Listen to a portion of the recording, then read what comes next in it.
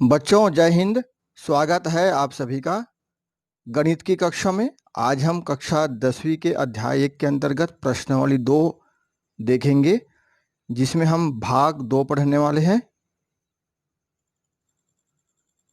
भाग 2 के अंतर्गत हम जानेंगे गुणनखंड प्रमेय के बारे में, क्योंकि पहले हम शेषफल प्रमेय के बारे में इसके पहले वीडियो में आपको बता चुके हैं। तो गुणनखंड प्रमेय या द फैक्टर थ्योरम आज हम पढ़ेंगे। तो आइए देखिए गुणनखंड प्रमेय क्या होता है। गुणनखंड प्रमेय द फैक्टर थ्योरम, जब किसी भाजक से किसी भाज्य को भाग देने पर शेषफल शून्य प्राप्त हो तो वह भाजक उस भाज्य का गुणनखंड होता है। बच्चों इसको हम अंकगणित में भी पढ़ चुके हैं। जैसे हम 25 को 5 से भाग दें तो शेषफल क्या बचेगा? शून्य बचेगा। तो यहाँ पर गुणनखंड से भाग देने पर हमेशा ध्यान रखिएगा, कोई भी संख्या को हम उसके गुणनखंड से भाग देते हैं तो शेषफल हमेशा शून्य बचता है। चलिए इसे एक बार अंकगणित से समझ लेते हैं। देखिए 42 भागी 7 को कैसे भाग देंगे हम। 42 को यहाँ लिख लेंगे और 7 से भाग देंगे। 7 6 का 42। ये शेषफल क्या बचा हमारा? शून्य, कुछ नहीं बचा। कितने बार में भाग गया? 6 बार में। 6 से भी भाग दें यदि हम तो 7 बार में जाएगा। 6 7 42 और शेषफल क्या बचेगा? शून्य। तो यहाँ पर 7 और 6 42 के 2 गुणनखंड हैं। और भी गुणनखंड हो सकते हैं, लेकिन 7 और 6 भी 42 के गुणनखंड हैं। यानी कि गुणनखंड से हम किसी संख्या को भाग दें तो शेषफल क्या बचेगा? शून्य बचेगा। इसी को हम गुणनखंड फैक्टर कहते हैं, गुणनखंड प्रमेय कहते हैं। इसी को हम बीजगणित में पढ़ेंगे, बहुपद के लिए पढ़ेंगे। तो चलिए शुरू करते हैं हम प्रश्नावली 2 के प्रश्न 3। गुणनखंड प्रमेय के अनुसार f x को x ऋण a से भाग दें तो शेषफल एफ ए बराबर शून्य प्राप्त होता है। यही गुणनखंड प्रमेय है। हमको ज़्यादा परिभाषा में नहीं जाना है, पहले हम इसको समझते हैं, उसके बाद आपको धीरे धीरे समझ में आएगा। प्रश्नावली के प्रश्नों के अनुसार हम देखेंगे तो आपको ये गुणनखंड प्रमेय आसानी से समझ में आएगा। तो चलिए हम शुरू करने जा रहे हैं प्रश्नावली 2 के प्रश्न 3, जिसमें लिखा हुआ है ए का मान ज्ञात कीजिए। देखिए यहाँ पर प्रश्न लिखा हुआ है, निम्नलिखित में a का मान ज्ञात कीजिए जब gx px का एक गुणनखंड हो। यानी gx का मान जो दिया रहेगा वो px यानी बहुपद का एक गुणनखंड रहेगा। उसके अनुसार हमको a का मान ज्ञात करना है। तो गुणनखंड हो कहने का मतलब है कि वह पूरा पूरा उससे भाग चला जाता है। आइए अब हम इसमें देखिए gx बराबर x धन 1 और px का मान दिया है x की घात 2 धन ax धन 2। तो यहाँ पर हमको a जो दिया है उसका मान हमको ज्ञात करना है। तो चलिए इसे हल करते हैं, ध्यान से देखिएगा। यहाँ पर देखिए x धन 1 है तो x बराबर क्या हो जाएगा? ऋण 1। जब x धन 1 है तो x का मान होगा ऋण 1। अब इसी x के मान ऋण 1 को हम कहाँ रखेंगे? बहुपद x की घात 2 धन ax धन 2 में रखेंगे।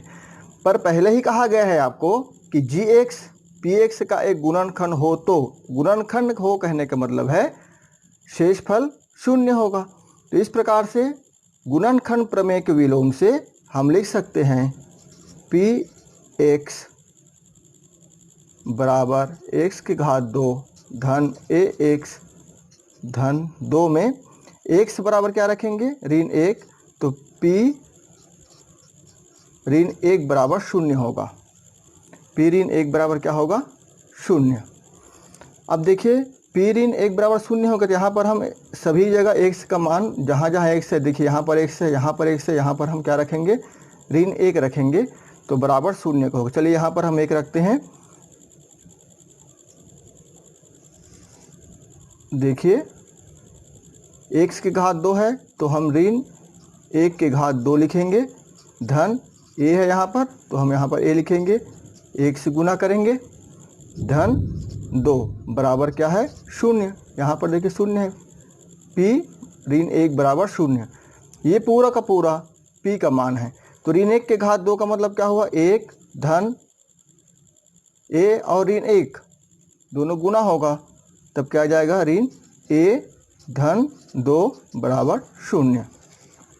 अब हम इसको गुना करते हैं, जोड़ेंगे अभी इसको, जो भी जुड़ेगा उसको 1 और 2 को जोड़ेंगे, तो यहाँ पर आ जाएगा 3 धन ऋण a बराबर 0 या 3 ऋण a बराबर 0।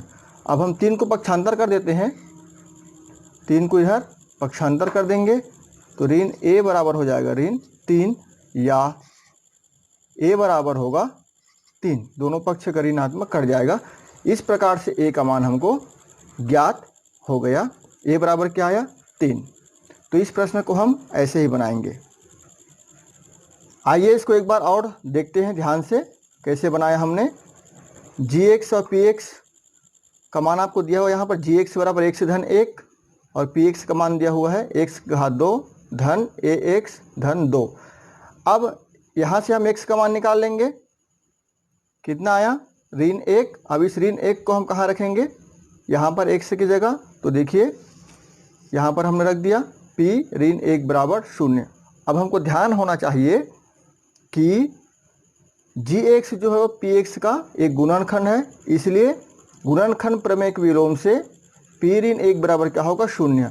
तो p ऋण 1 पूरा कितना है, ये बहुपद है, इस बहुपद में हम x का मान रख दिए यहाँ पर, तो यहाँ पर देखिए क्या हो गया, x ऋण 1 के घात 2 धन a गुना ऋण 1 धन 2 बराबर 0। फिर क्या आया, ऋण 2 को 2 बार गुना किए, 1 आ गया धन 1, फिर ऋण a ऋण 1 और 1 का गुना क्या हुआ, ऋण a धन 2 बराबर 0।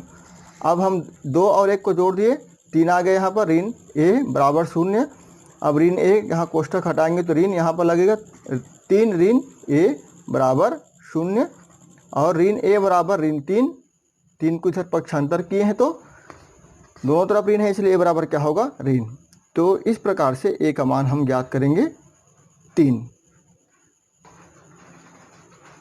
आइए प्रश्न 3 का चौथा प्रश्न देखते हैं। gt का मान दिया है यहाँ पर t ऋण 3 और pt का मान दिया है आपको t के घात 2 धन 2at ऋण 2a धन 3। तो यहीं से हम बराबर t का मान निकाल लेते हैं, t बराबर हो जाएगा 3। जब यहाँ पर ऋण है तो यहाँ पर मान क्या आता है, धन में आता है। अब चलिए गुणनखंड प्रमेय के विलोम से हम जानते हैं कि यहाँ पर यदि हम 3 रखें, p 3 बराबर क्या होगा 0 होगा। क्यों 0 होगा, क्योंकि gt जो है pt का एक गुणनखंड है, इसलिए शेषफल 0 प्राप्त होगा। तो चलिए अब यहाँ पर t का मान 3 रखते हैं हम सभी में, तो ये हो जाएगा t के घात 2 धन 2at ऋण 2a धन 3 बराबर 0। यहाँ पर हम t का मान रखेंगे 3 के घात 2 धन 2a गुना 3 ऋण 2a धन 3 बराबर 0। अब 3 को गुना, यहाँ पर 3 के घात 2 है, क्या हो जाएगा 9 धन 2 और 3 गुना होगा 6a ऋण 2a धन 3 बराबर 0। अब देखिए 9 और 3 जुड़ेगा और यहाँ पर 6a में 2a घटेगा, तो 9 और 3 कितना हो गया 12 और धन 4a बराबर 0। अब 12 को पक्षांतर कर देते हैं, 4a बराबर ऋण 12, इसलिए a बराबर क्या हो जाएगा 12/4 ऋण 12/4, इसलिए a बराबर हो जाएगा ऋण 3। तो ये a का मान यहाँ पर निकल गया। ऐसे ही बाकी सवालों को भी आपको बनाना है। आइए अब हम देखते हैं प्रश्न 3 का प्रश्न 5।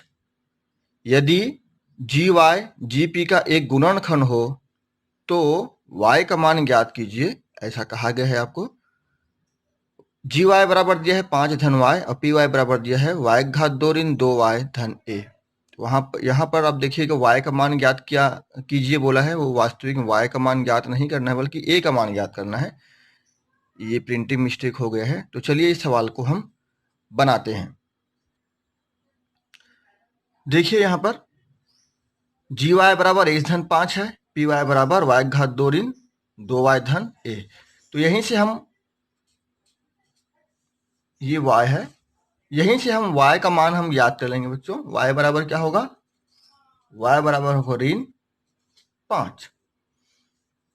अब इस y की मान ऋण 5 को हम कहाँ रखेंगे, बहुपद y के घात 2 ऋण 2y धन a में।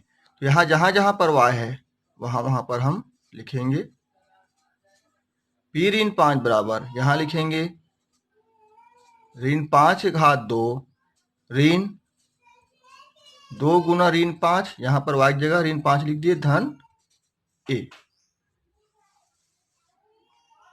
चलिए आगे हल करते हैं इसको। ऋण 5 के घात 2 का मतलब हुआ ऋण 5 गुना ऋण 5 ऋण, यहाँ पर 2 घात है इसलिए ऋण 2 गुना ऋण 5 धन a, यहाँ पर ऋण है, चलिए गुना कर देते हैं। ऋण 5 गुना ऋण 5 क्या होगा, 5 पंचे 25, दोनों में ऋण है इसलिए धन में आएगा उत्तर। यहाँ पर भी देखिए दोनों में ऋण है, उत्तर धन में आएगा, धन a। अब देखिए 25 धन 10 35 धन a। p ऋण 5 का उत्तर कितना आया, ऋण a। अब देखिए बच्चों, आपको कहा गया है कि जी वाई पी वाई का गुणनखंड है, तब हम कहेंगे कि p ऋण 5 इज इक्वल टू 0। क्यों, क्योंकि गुणनखंड है मतलब शेषफल क्या बचेगा, शून्य बचेगा। अब p ऋण 5 का उत्तर कितना आया है, यहाँ पर 35 धन a बराबर 0। तो यहाँ से हम a का मान निकाल सकते हैं, a बराबर ऋण 35। हम 35 को इधर पक्षांतर कर देंगे। यहाँ तक हमने अलग बनाया अभी इस सवाल में, और उसके बाद फिर हमने अप्लाई किया है गुणनखंड प्रमेय को, यानी p ऋण 5 बराबर 0। ऐसा क्यों होगा, गुणनखंड प्रमेय के अनुसार गुणनखंड प्रमेय के विलोम को हम यहाँ पर लागू किए हैं। तो गुणनखंड प्रमेय के विलोम को लागू करने से क्या होगा, p ऋण 5 बराबर 0, यानी गुणनखंड है इसका मतलब शेषफल शून्य है, इसका मतलब यही है। तो जब गुणनखंड है तो शेषफल शून्य आएगा, इसलिए हम यहाँ पर p ऋण 5 जो हमने यहाँ पर निकाला है उसको 35 धन a बराबर 0 मानकर a का मान हम ज्ञात कर सकते हैं। आप चाहे तो आपके पुस्तक में जो उदाहरण दिए हुए हैं उसके अनुसार भी इसको बना सकते हैं सीधे सीधे शुरू से, या आप बाद में भी उसको अप्लाई कर सकते हैं। तो ये प्रश्नावली यहीं पर खत्म होता है। मिलेंगे अगले प्रश्नावली में, तब तक के लिए आप सभी को जय हिंद।